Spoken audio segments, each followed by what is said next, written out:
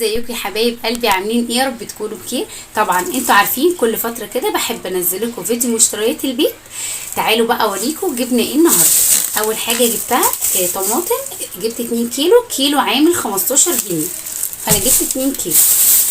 جبت كمان البطاطس الكيلو عامل 20، فانا جبت 2 كيلو. دي بطاطس تحمير فيها نقطه حمراء، بتبقى حلوه قوي للتحمير الصراحه.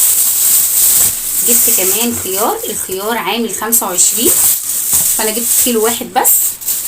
جبت بقى الفلفل الكيلو عامل 10 جنيه، فجبت كيلو برضو. جبت بقى البتنجان الكيلو ونص ب10. جبت كمان البطاطا طبعا عارفين كلنا انها مفيده حلوه قوي، بجيبها عشان الاولاد. البطاطا ال2 كيلو عاملين 25 جنيه. جبت كمان الربع الليمون كان عامل كام؟ بصراحه مش فاكره الليمون كان عامل كام، هفتكر واقول لكم.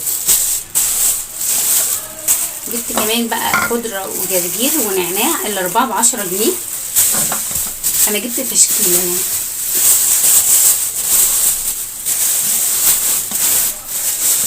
جبت كمان زيتون، ده نص كيلو زيتون، نص كيلو عامل 15.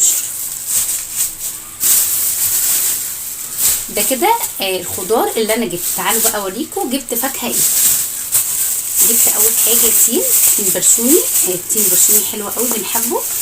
بصوا متغلف كده في طبق، الكيلو وربع ب50.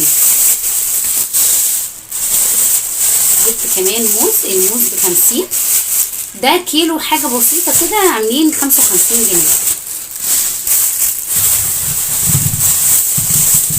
جبت التفاح عامل 70، فجبت كيلو. كمان بقى مانجا. بصوا المانجا السكري دي تحفه، بتبقى حلوه قوي بحبها. الكيلو عامل 55، فانا جبت كيلو.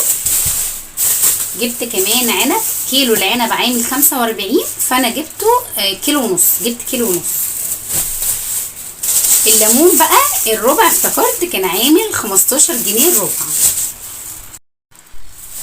جبت بقى كمان الشهد، ده حلو قوي بيبقى مسكر. الكيلو عامل كام؟ ال2 كيلو عامل 25، فانا قلت له خلاص وزني 4 كيلو، فوزن لي الاثنين دول، فلقيته بيقول لي دول ازيد من 6 كيلو.